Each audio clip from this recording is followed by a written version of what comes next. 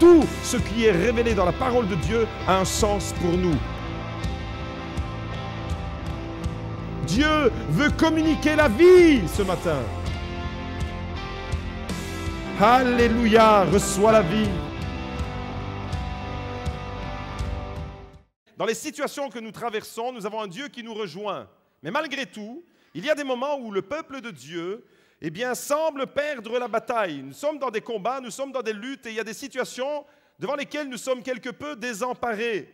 Tout semble fini, terminé et on se dit, mais quelle sera l'issue de la situation dans laquelle je me trouve en ce moment? Mais avec Dieu, laissez-moi vous dire qu'il faut toujours espérer parce qu'il faut toujours s'attendre à des retournements de situation. Tourne-toi vers ton voisin et dis-lui, Dieu est le plus grand spécialiste des retournements de situation. Alléluia. Des situations qui semblent être bloquées, devant lesquelles nous n'avons pas beaucoup d'espoir. Subitement, Dieu est capable de véritablement faire basculer la situation en notre faveur. Je le crois parce que nous avons un Dieu qui est vivant. L'histoire biblique, l'histoire d'Israël est remplie de moments et l'histoire biblique décrit aussi le peuple de Dieu dans des situations, des fois, qui sont des conditions extrêmes. Et des fois, en tant que chrétiens, en tant que serviteurs de Dieu, nous pouvons nous trouver dans des situations qui sont extrêmes. Et on se dit, mais jusqu'où est-ce que je pourrais résister dans ce combat? Jusqu'où je pourrais résister dans cette épreuve? Il y a dans l'histoire de la Bible bien des situations qui nous montre que le peuple de Dieu, et Israël en particulier, s'est retrouvé dans des conditions extrêmes. Des serviteurs de Dieu qui se sont retrouvés dans des situations extrêmes. L'histoire de Joseph, le patriarche Joseph s'est retrouvé dans des situations extrêmes, c'est-à-dire qu'un jour il s'est retrouvé injustement, alors qu'il est resté droit devant Dieu, alors qu'il est resté intègre devant Dieu, alors qu'il y avait le désir de plaire à son Dieu, de rester dans l'obéissance, malgré tout, ce Joseph, patriarche d'Israël, s'est retrouvé dans une prison en Égypte, situation extrême. Et là, quand vous vous retrouvez injustement en prison, on peut s'imaginer toutes les questions qui lui sont passées par la tête. Esther. Dans le livre d'Esther, nous découvrons une jeune juive qui, elle aussi, s'est retrouvée dans une situation extrême, les situations d'extrémité. Le livre d'Esther nous révèle qu'il y avait un génocide qui était en train de se préparer pour son peuple, pour le peuple juif. Esther, une reine qui va faire la différence. Daniel, vous lisez le livre de Daniel et vous trouvez des jeunes adolescents qui se trouvent dans des situations extrêmes. La Bible dit clairement que Daniel n'a pas souillé son cœur avec les mets, avec les plats, avec la nourriture que le roi de Babylone lui offrait. Il a préféré rester droit devant Dieu, mais sa droiture devant Dieu a fait en sorte qu'un jour, il s'est retrouvé dans une situation extrême. Et à cause de sa droiture, parce qu'il a voulu obéir à Dieu, il se retrouvait dans une fosse entourée de lions. Mais Dieu est le plus grand spécialiste des retournements de situation et la gueule des lions a été fermée. Daniel est sorti intact de la fosse aux lions. Voyez-vous, et il y a bien des exemples que l'on pourrait prendre dans la Bible qui nous montrent que tout en étant enfant de Dieu, tout en étant au service de Dieu, on peut se retrouver dans des situations extrêmes. Mais nous avons un Dieu qui est le plus grand spécialiste des retournements de situation. L'Église dans le Nouveau Testament. L'Église dans le Nouveau Testament a également connu des situations extrêmes où tout semblait prendre la tournure d'un scénario catastrophe, film à la James Bond. Scénario catastrophe pour l'Église, alors que les disciples étaient en train de servir le projet de Dieu, alors que l'Église était en train d'évangéliser, d'annoncer le message de l'Évangile, on rencontre les premiers chrétiens dans des situations extrêmes. Et on se dit, mais jusqu'où ces situations extrêmes vont-elles aller? Seigneur, jusqu'où l'épreuve sera-t-elle présente dans ma vie? Peut-être que tu traverses un temps d'épreuve ce matin, alors le message, il est pour toi. Il y a un bel exemple de l'Église qui se trouve dans une situation extrême et qui cependant va vivre un basculement positif. de la situation extrême, comme Joseph qui est en prison, comme Daniel qui se retrouve dans la fosse aux lions, comme Esther qui était à quelques jours de voir son peuple être exterminé, un basculement positif. Dieu a changé la malédiction en bénédiction. Et si tu es dans les difficultés ce matin, laisse-moi te dire que le Dieu qui a secouru Joseph, le Dieu qui a secouru Esther et son peuple, le Dieu qui a secouru Daniel, il est ton Dieu ce matin et il peut te secourir. Est-ce que tu le crois? Alors je veux entendre amen avec conviction si tu le crois. Un bel exemple de basculement positif, nous le trouvons dans le livre des Actes des Apôtres, au chapitre 12, et nous lisons à partir du verset 1. Nous lirons jusqu'au verset 17, et ensuite nous lirons les versets 24 à 25. Vers ce temps-là, le roi Hérode, il s'agit du roi Hérode Agrippa, porta les mains sur quelques membres de l'Église pour les maltraiter et fit mourir par l'épée Jacques, frère de Jean. Voyant que cela était agréable aux Juifs, il fit en outre arrêter Pierre. C'était pendant les jours des pains sans levain. Après l'avoir saisi et jeté en prison, il le mit sous la surveillance de 4 escouades de 4 soldats chacune, c'est-à-dire il y avait 16 soldats pour garder Pierre, avec l'intention de le faire comparaître devant le peuple après la Pâque. Pierre était donc gardé dans la prison. Sans relâche, la prière montait de l'Église vers Dieu pour lui. Hérode allait le faire comparaître cette nuit-là. Pierre, lié de 2 chaînes, dormait entre 2 soldats et des sentinelles devant la porte gardaient la prison. Et voici qu'un ange du Seigneur survint et qu'une lumière brilla dans la cellule. L'ange réveilla Pierre en le frappant au côté. Puis il dit, « Lève-toi promptement. » Les chaînes tombèrent de ses mains et l'ange lui dit, « Mets ta ceinture et attache tes sandales. » Et il fit ainsi. L'ange lui dit, « Enveloppe-toi de ton manteau et suis-moi. » Pierre sortit et le suivit.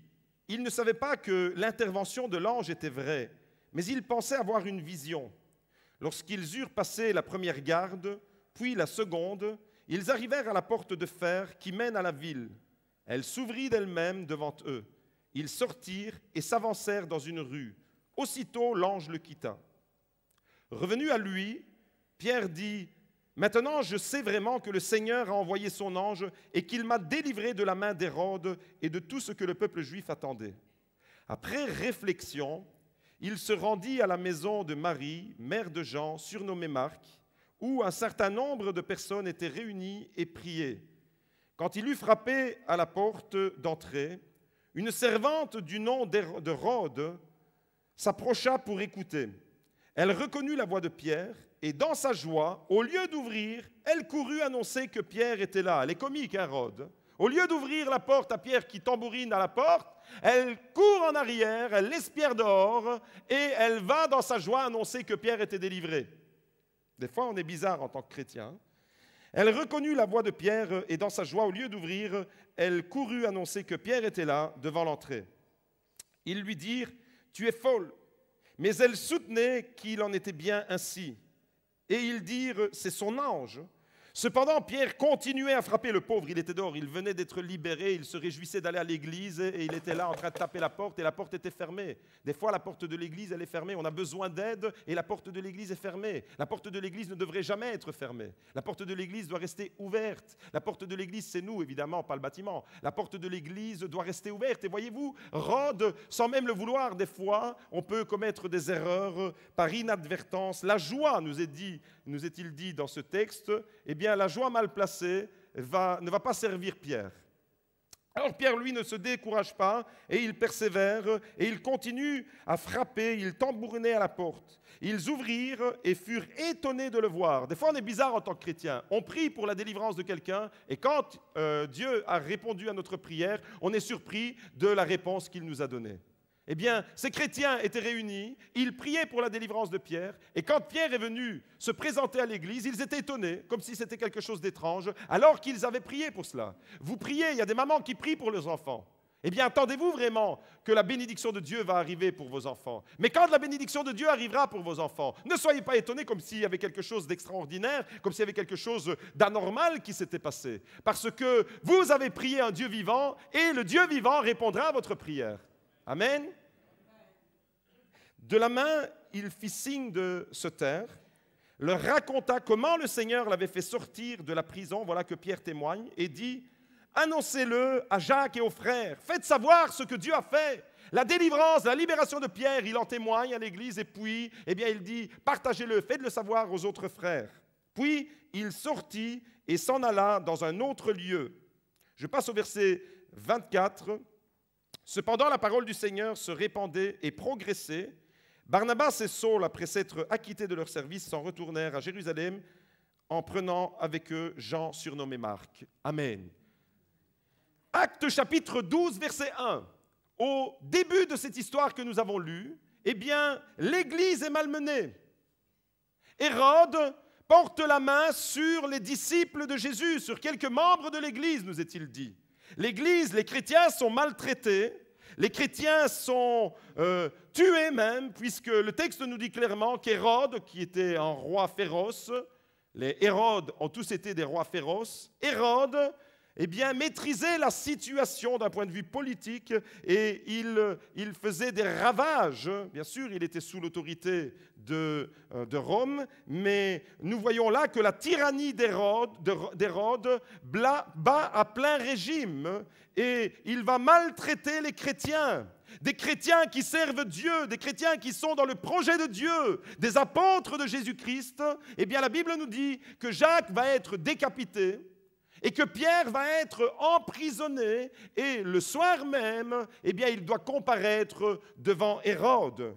L'Église, sur ce coup-là, semble perdre la bataille. Et des fois, nous sommes dans cette posture-là.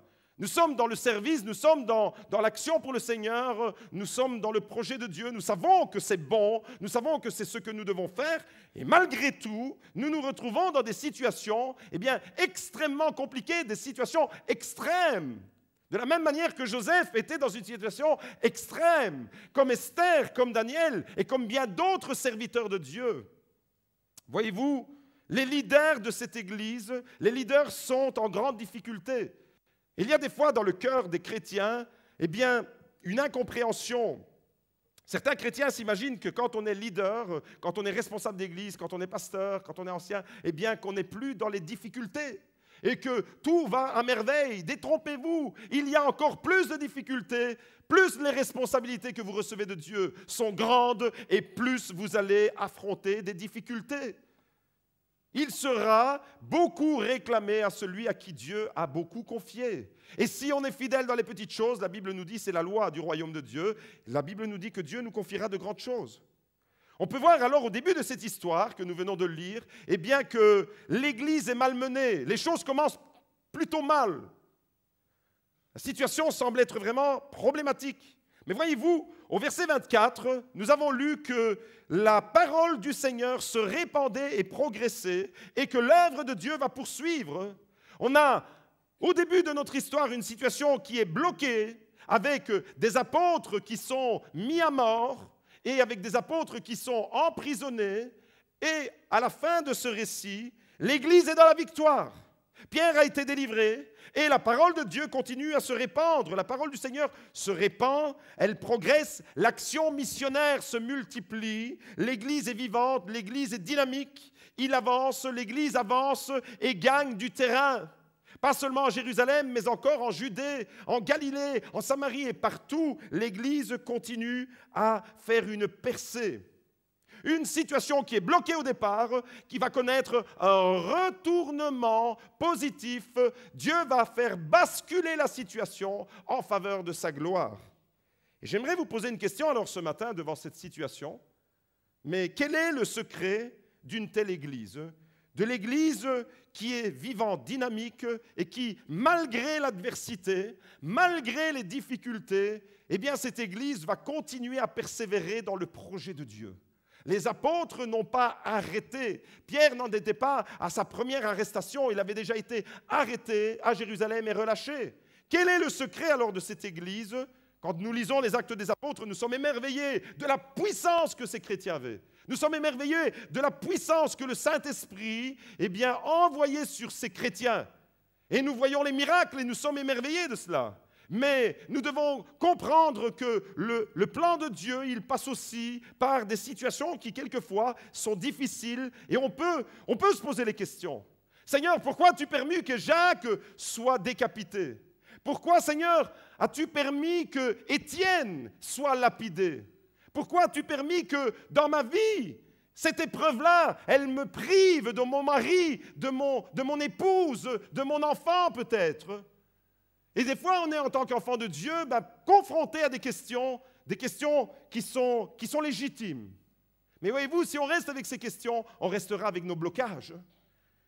L'Église primitive, mes amis, le secret de cette Église, c'est que ce n'était pas une Église traditionnelle. Cette Église était constituée, elle était composée de chrétiens qui étaient véritablement des détonateurs de puissance de Dieu. Des chrétiens. Dis à ton voisin, Dieu veut que tu sois un détonateur de sa puissance. Alléluia. L'Église primitive, l'Église des Actes des Apôtres, n'avait aucun poids politique. Les Actes des Apôtres nous présentent une Église qui est persécutée, une Église qui est malmenée, et cependant une Église qui était puissante. Quel est le secret de cette Église?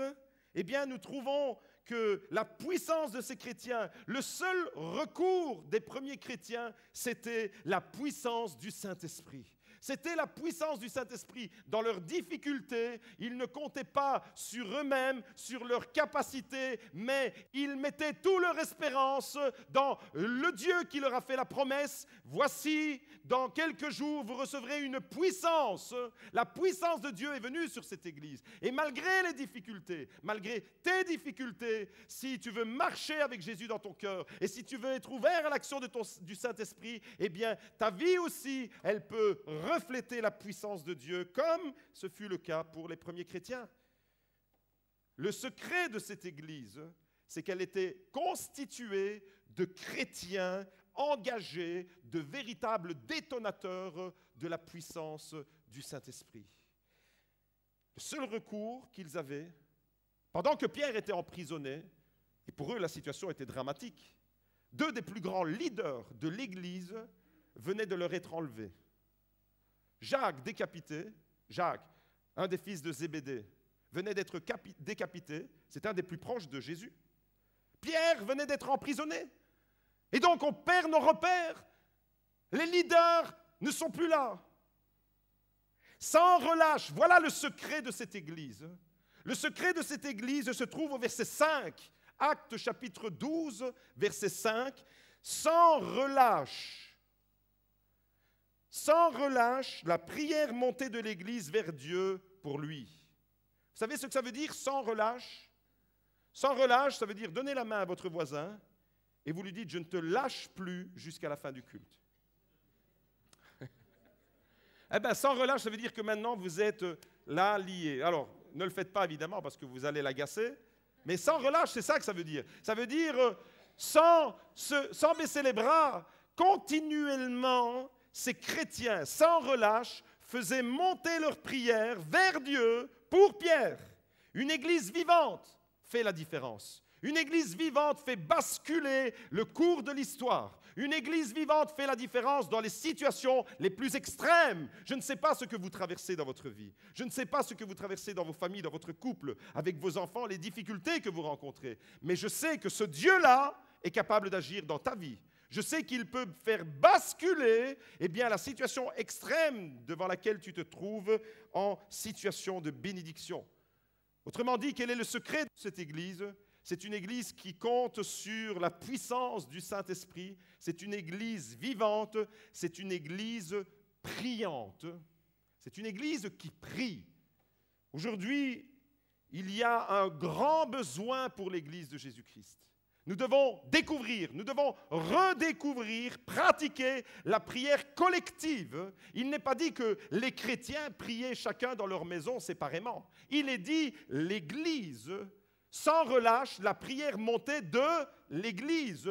Quand on sait que le mot Église, ecclésia, signifie l'assemblée, le rassemblement, on comprend alors que c'est vraiment important de prier communautairement, non pas de prier chacun chez soi. Alors, priez dans vos maisons. C'est très important de le faire. Jésus a dit, quand tu pries, entre dans ta chambre et prie ton Père qui est dans le lieu secret. Mais en même temps, il y a la nécessité. Et aujourd'hui, c'est un besoin criant pour l'Église moderne.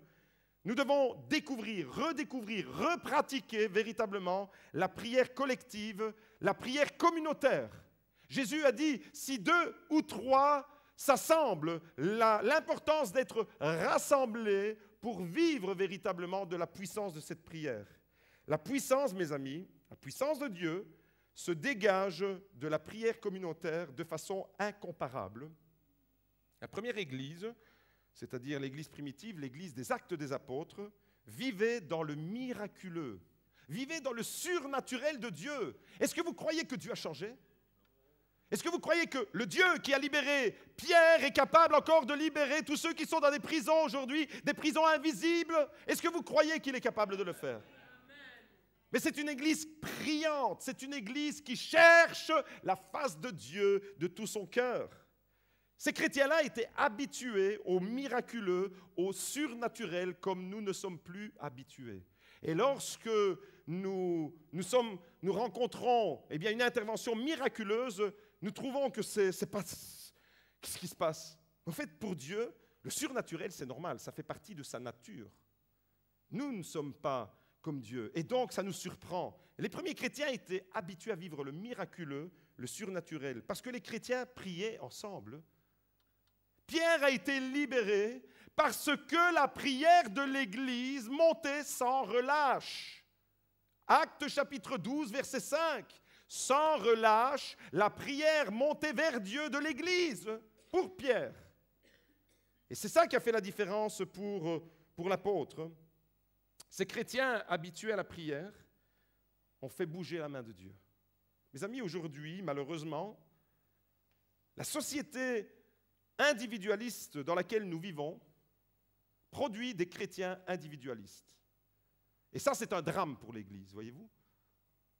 Parce qu'on vit notre petite foi, chacun dans nos petites maisons, chacun dans notre petit univers personnel. Et ça, mes amis, c'est le reflet de ce que la société moderne dans laquelle nous vivons. Pour les plus anciens, vous pouvez constater que entre votre génération, quand vous étiez jeune, et le monde dans lequel nous vivons aujourd'hui, il y a un monde de différence précisément. Le monde d'avant était beaucoup plus solidaire. Il y avait une plus grande solidarité entre voisins. Il y avait une plus grande solidarité entre les familles. Il y avait une plus grande solidarité dans les familles entre frères et sœurs, entre cousins, entre oncles et neveux. Aujourd'hui, le monde est explosé et malheureusement, l'Église est contaminée par cette mentalité et donc on devient des champions du monde de l'individualisme et on est très spirituel. Ah bien sûr, je prie chez moi. Et je prie peut-être plus que les autres. C'est très bien, continue à prier chez toi. Mais la Bible dit que l'Église prie ensemble. Sans relâche, l'Église rassemblée fait monter sa prière vers Dieu. Et ça fait la différence dans cette histoire. Je prie chez moi et c'est très bien comme ça. Non! Permettez-moi de vous dire non, parce que la Bible dit que ce n'est pas suffisant. Ce n'est pas ça le christianisme que Jésus est venu instituer. Jésus a toujours, et l'apôtre Paul après lui, et toute la Bible, toujours eu en vision, toujours eu au cœur de son projet son Église. Je bâtirai mon Église. Il n'a pas dit, je vais bâtir des chrétiens individuels les uns à côté des autres, chacun dans sa maison. Il y a l'importance de vivre l'Église ensemble. Et nous découvrons alors précisément la puissance de Dieu qui se manifeste dans l'Église, dans les Actes des Apôtres. On découvre quelques textes que j'aimerais vous livrer. Actes chapitre 2, verset 44. Tous ceux qui avaient cru étaient ensemble. Soulignez le ensemble. Actes chapitre 2, verset 46. Chaque jour, avec persévérance, ils étaient au temple d'un commun accord. Chaque jour. Persévérance. Ils étaient où? Chacun dans leur maison? Chacun dans sa chambre? Certainement, quand ils rentraient chez eux, après une journée de travail, et quand ils allaient dormir, ils étaient chez eux. Mais tous les jours, les chrétiens étaient rassemblés où? Dans le temple. Et ils persévéraient dans ces dispositions-là. Actes chapitre 4, verset 32. La multitude de ceux qui avaient cru n'était qu'un cœur et qu'une âme.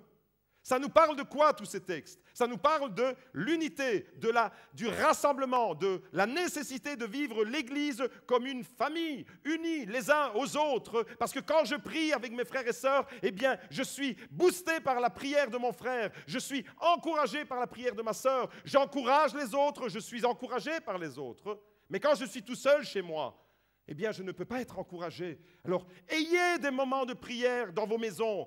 Redoublez de prière dans vos maisons. Mais prions, l'Église aujourd'hui a besoin de redécouvrir véritablement la puissance de la première Église, la prière communautaire. Actes chapitre 5, verset 12.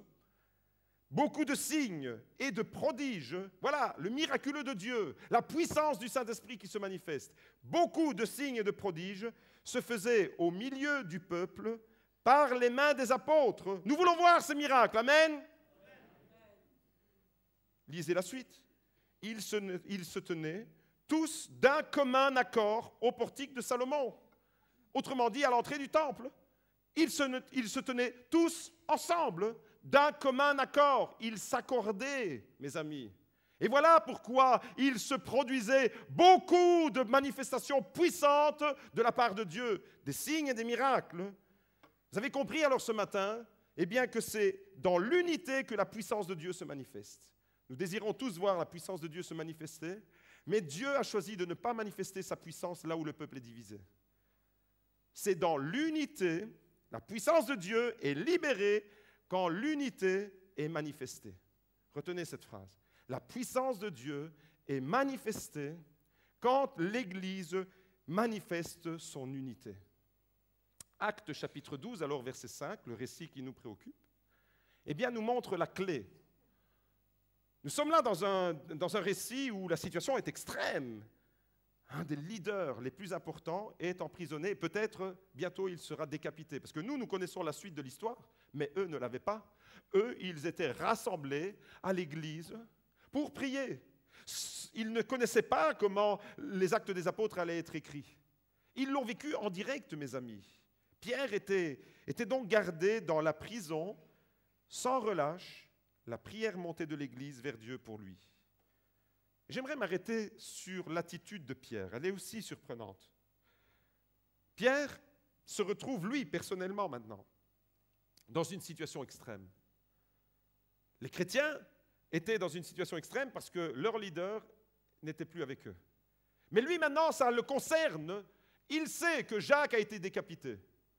Il sait que Étienne a été lapidé. Et il sait qu'il peut faire la même fin. D'ailleurs, cette nuit-là, il doit comparaître devant Hérode. Alors mettez-vous un peu à la place de Pierre. Dans quel état, je me mets à la place de Pierre, dans quel état je serais moi si, tout en connaissant ce qui vient de se passer à Jérusalem, lapidation d'Étienne, décapitation de Jacques, moi je suis emprisonné, entouré de 16 soldats. Mes 2 mains sont attachées avec des chaînes, nous dit le texte. Pour être sûr que rien ne se passera, il y a 2 gardes, un à gauche et un à droite.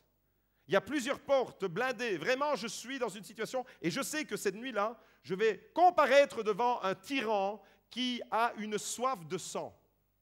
Ouh! Dans quel état je serai? Dans quel état tu serais? Mes amis, Pierre est très surprenant. C'est vraiment contrasté entre la situation qu'il vit et ce qu'il vit à l'intérieur. À l'extérieur, situation extrême. À l'intérieur, situation détendue. À l'extérieur, l'ennemi peut s'acharner, mais à l'intérieur, le diable ne peut pas lui voler sa paix. Jésus avait dit une parole à Pierre. Je te donne ma paix. Cette parole-là, Pierre, il l'a gardée. Il l'a gardée tout au long de son périple jusqu'à la fin, jusqu'au moment où il a rendu le dernier souffle. Et le diable peut s'acharner autour de toi.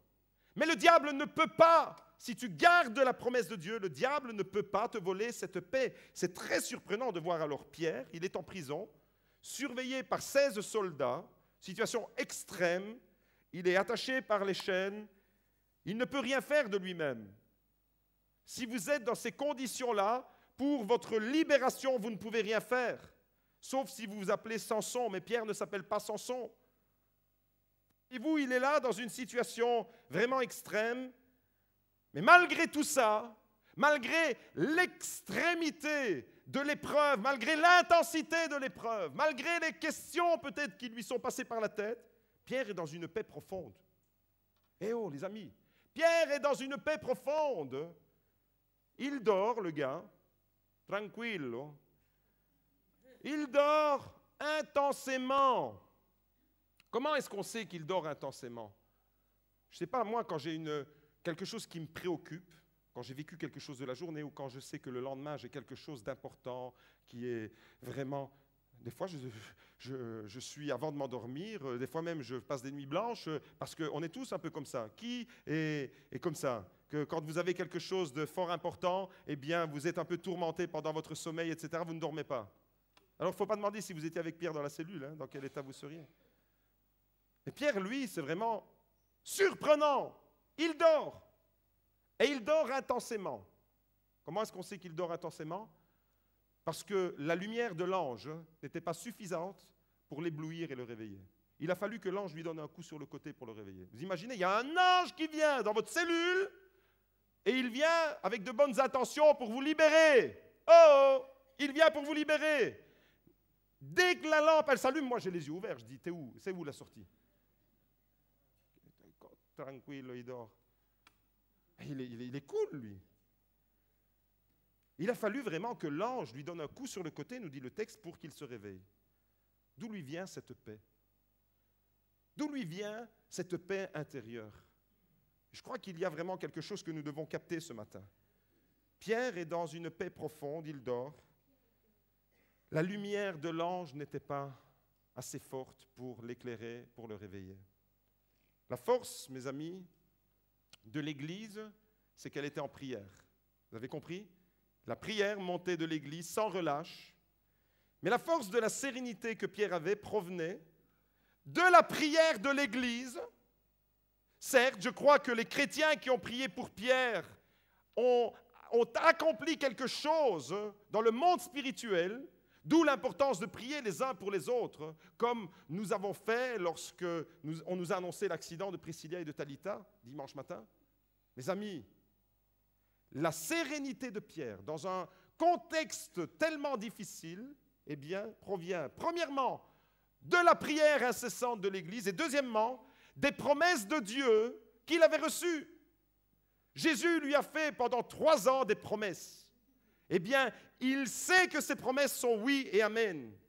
Et j'aimerais vous donner quelques promesses de la part de Dieu ce matin, afin que vous aussi, vous puissiez vous appuyer sur ces promesses lorsque vous trouvez que votre vie est dans une voie sans issue, lorsque vous vous retrouvez dans une situation compliquée, une situation extrême. Et je sais que ce matin, au milieu de nous, il y a des gens qui vivent avec des prisons invisibles. Tu te sens emprisonné, tu te sens enchaîné. Et j'aimerais alors vous donner quelques conseils, quelques promesses de Dieu, comme Pierre s'est appuyé sur la promesse de Dieu. Un jour, Jésus a fait une promesse à Pierre. Il lui a dit qu'il mourrait quand il sera vieux. Il ne l'a pas oublié. Il a dit, quand tu seras vieux, eh bien, on t'attachera, on te liera, on te conduira ici, à gauche, à droite, et c'est comme ça que tu mourras. Jean chapitre 21, verset 18. Cette promesse-là, Pierre ne l'a pas oubliée. Comment Pierre pouvait-il savoir qu'il n'allait pas mourir dans la prison, alors qu'Hérode était féroce, alors qu'Hérode avait décapité Jacques, alors qu'Étienne avait déjà été tué? Parce que Pierre avait reçu une promesse de la part de Dieu. Il avait reçu une promesse de la part de Jésus et il s'est appuyé sur cette promesse. Voilà la force de sérénité que Pierre dégage. Elle vient d'où cette sérénité? Elle vient de la prière de l'Église, premièrement, et en même temps du fait que Pierre s'est appuyé sur la promesse de Dieu. Combien de personnes ont reçu des promesses de la part de Dieu ce matin? Levez les mains. La Bible est pleine de promesses. Si vous ignorez les promesses de Dieu, je vous recommande ce petit livret qui a été écrit par David Wilkerson, célèbre pasteur de New York, qui est décédé maintenant. Ce livre s'intitule, ce petit livret de poche, vous pouvez l'emporter partout où vous allez, le guide personnel des promesses de Dieu. Il a recensé dans ce petit livret 866 promesses de la parole de Dieu pour des situations très diverses. Je vous encourage à faire une petite dépense de 4-5 euros. vous mettez ça à côté de votre Bible et vous allez puiser les promesses de Dieu. Et ensuite, vous les mémorisez, les promesses de Dieu. Et quand vous vous retrouvez dans une situation extrême, vous allez chercher la promesse et vous dites, Seigneur, je ne laisserai pas le diable voler ma paix parce que tu m'as fait une promesse. Parce que tu as dit que tu voudras bénir ma famille, eh bien, je ne laisserai pas le diable me faire croire que tu es en train de détruire ma famille. Parce que tu as fait des promesses dans ta parole. J'en ai 866 ici et le recueil complet, le voici. Le recueil complet des promesses de Dieu, le voici. C'est la Bible, la parole de Dieu, mes amis. Pierre avait la parole de Dieu dans son cœur, la promesse de Jésus dans son cœur. Voilà pourquoi il était tranquille. Il savait que quelque chose allait se passer. Alors qu'il pouvait être décapité lui aussi. Au lieu de me lamenter alors, quand je suis dans une situation difficile, au lieu de dramatiser quand je suis dans une situation difficile, eh bien je choisis de m'appuyer sur les promesses de Dieu. Qui dit Amen? Au lieu de me lamenter, je m'appuie sur les promesses de Dieu. Voici quelques promesses que j'aimerais vous livrer. Josué chapitre 1, verset 5. C'est Dieu qui parle. Prends-le ce matin pour une promesse pour toi, dans ta situation, dans ce que tu vis. Je suis avec toi. Je ne te délaisserai pas, je ne t'abandonnerai pas. Pierre, qui était juif, qui avait reconnu en Jésus, Yeshua, le Messie d'Israël, connaissait par cœur ces textes de Josué. Il connaissait l'Ancien Testament. Il connaissait les récits de la première alliance. Il connaissait la promesse que Dieu avait faite à Josué. Josué, chapitre 1, verset 8, « Je suis avec toi ». Il sait que c'est à tout le peuple des enfants de Dieu que Dieu a fait cette promesse. « Je suis avec toi, je ne te délaisserai pas, je ne t'abandonnerai pas ». Pierre s'appuie sur cette promesse. Yes, Seigneur, tu ne m'abandonnes pas, même si je suis en prison, même si je suis lié avec des chaînes, même s'il y a 16 gardes autour de moi. Seigneur, le diable, Hérode et toute sa clique ne pourront jamais voler ma paix parce que c'est ta promesse sur laquelle je m'appuie. Amen. Psaume 50, verset 15, une autre promesse. Pierre, c'est un spécialiste de l'Ancien Testament. Il est juif, il connaît les textes par cœur. Psaume 50, verset 15, il le connaît par cœur. Invoque-moi, dit l'Éternel, au jour de la détresse. Il était dans la détresse. Invoque-moi au jour de la détresse. Je te délivrerai, voilà la promesse. Je te délivrerai et tu me glorifieras. Yes, Seigneur, je vais t'invoquer, tu vas me délivrer. Est-ce que je peux entendre Alléluia, Amen? Psaume 34, verset 8. Autre promesse sur laquelle il va s'appuyer. L'ange de l'Éternel, tiens, un ange vient le délivrer. L'ange de l'Éternel campe autour de ceux qui le craignent et il les arrache au danger. Yes! Seigneur, c'est cette parole sur laquelle je m'appuie. Le diable, Hérode, ne pourra rien faire contre moi. Ésaïe 41, verset 10. Pierre, grand spécialiste de l'Ancien Testament, il connaît toutes ces promesses. Ne crains pas, dit l'Éternel. Ne crains pas. Ne crains rien, car je suis avec toi.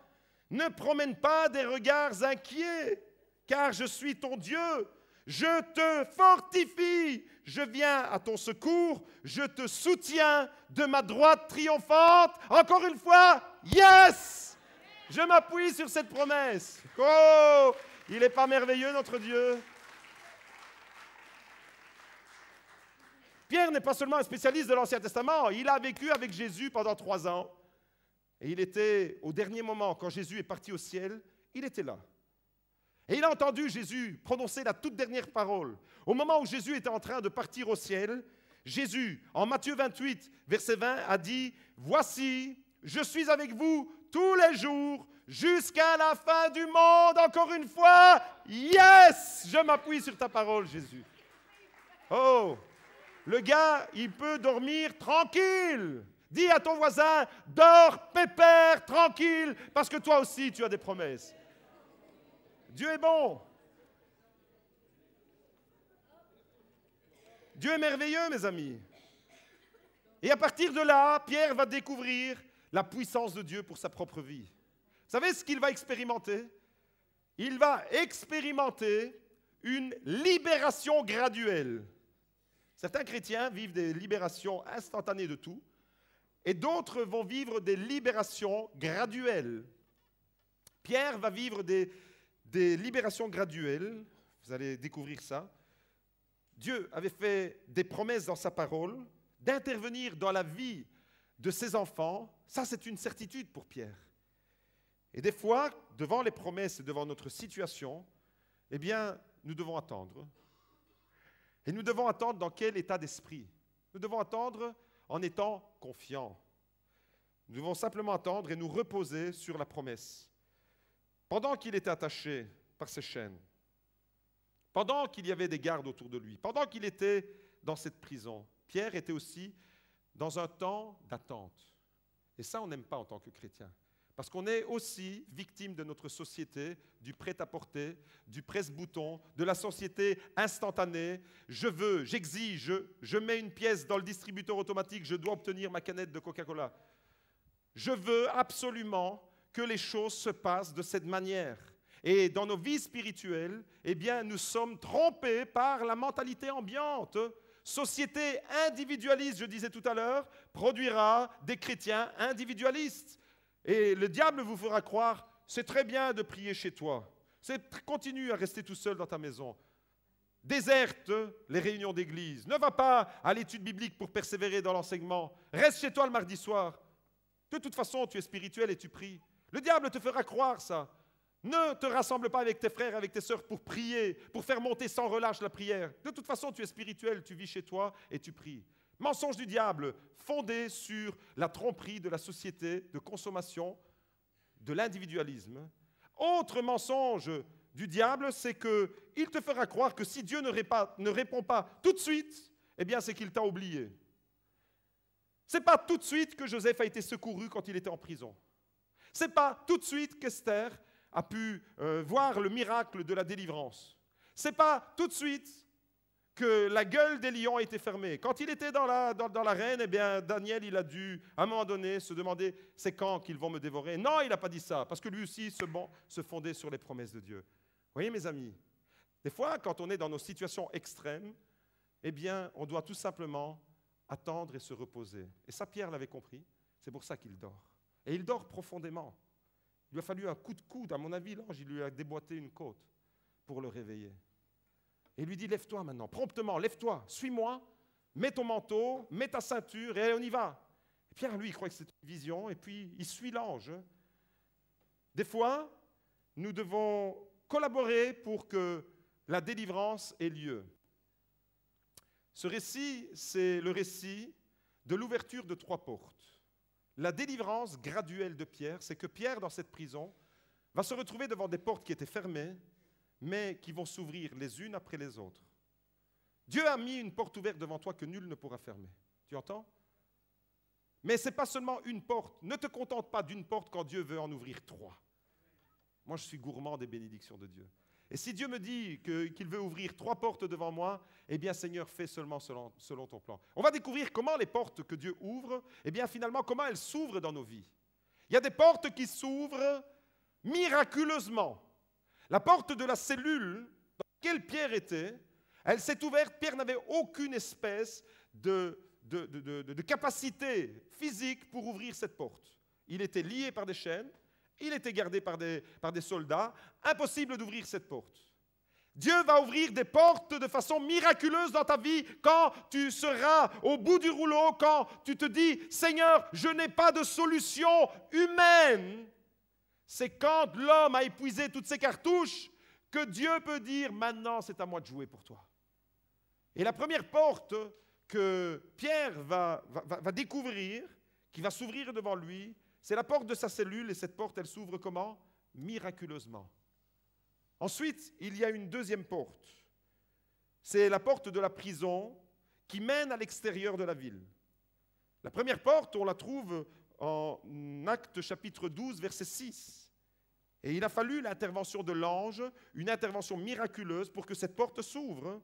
L'homme ne peut rien faire. Des fois, nous sommes dans des situations où, Seigneur, je n'ai rien, je n'ai absolument pas les moyens de me sortir de cette impasse. La situation est extrême, mais je m'appuie sur ta promesse. Toutes celles pour lesquelles on a dit yes. Et des fois, eh bien, Dieu va intervenir de façon miraculeuse pour ouvrir des portes devant toi. Tu entends? Attends-toi à l'intervention miraculeuse quand tu es confronté à une difficulté devant laquelle tu te dis « je n'ai pas de recours ». Que de m'en remettre à Dieu, d'attendre son intervention.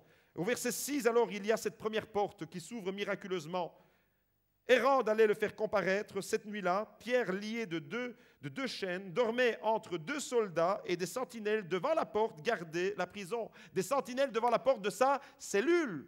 Il y avait une porte qui était fermée. La deuxième porte qui va s'ouvrir devant lui, c'est la porte de la prison qui mène à la ville. Au verset 10, la deuxième porte. Lorsqu'ils eurent passé la première garde, puis la seconde, ils arrivèrent à la porte de fer. Même si elle est en fer, la porte, elle finira par s'ouvrir. C'est une porte de fer, nous est-il dit. Elle s'ouvrit, cette porte, elle mène à la ville. Elle s'ouvrit d'elle-même devant eux.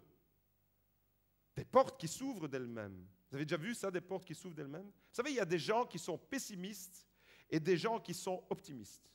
Devant une porte qui grince, le pessimiste croira qu'elle se ferme. L'optimiste, il croira qu'elle s'ouvre. Là, il y a une porte qui s'ouvre. Et comment elle s'ouvre, cette porte? Regardez le texte. Qu'est-ce qu'il est écrit dans le texte? Il est écrit qu'elle s'ouvre d'elle-même. Une porte qui s'ouvre d'elle-même. Qu'est-ce qui a provoqué l'ouverture de cette porte? La première porte, mes amis, c'est une porte qui s'ouvre miraculeusement par l'intervention d'un ange. La deuxième porte, elle est ouverte par l'obéissance de Pierre. Pierre va suivre l'ange qui lui avait dit « Lève-toi promptement ». Les chaînes tombèrent et de ses mains, au verset 8, l'ange lui dit « Mets ta ceinture, attache tes sandales » et il fit ainsi. Pierre va collaborer dans sa propre délivrance. Il exécute les directives que l'ange lui a communiquées.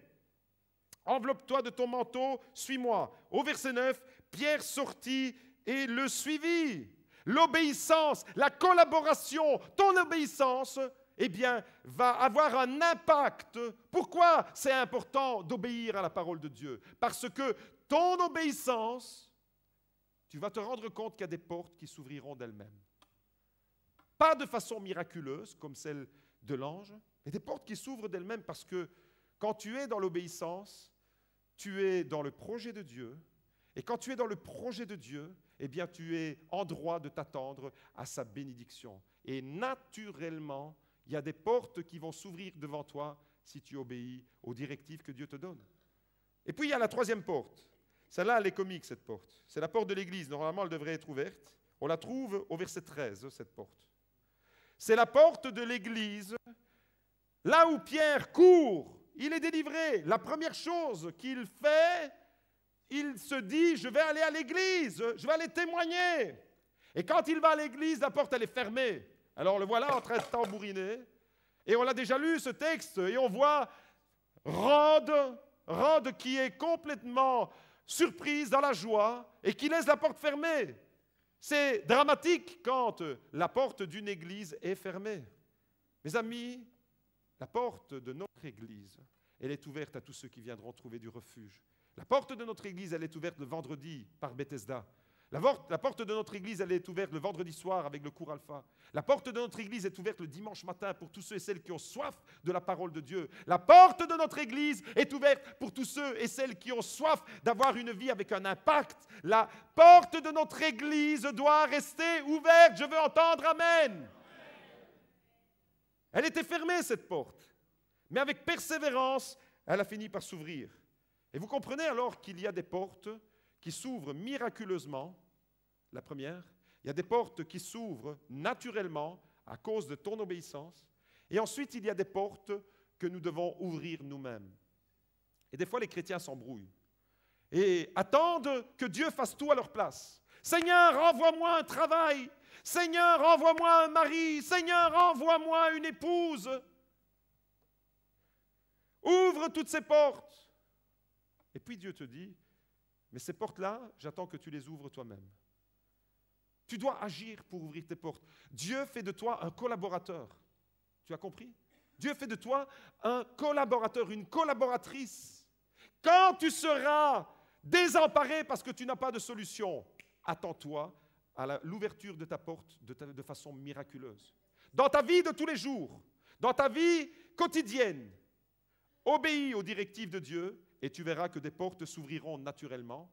Et quand tu es devant des situations où tu peux, toi, par ton choix, par ton action, par ta décision, avoir une incidence sur le cours de tes événements, eh bien, n'hésite pas toi-même à ouvrir la porte. Ce sont les chrétiens, mes amis, qui étaient à l'intérieur de cette église, qui ont dû aller ouvrir la porte pour que Pierre puisse entrer. Waouh!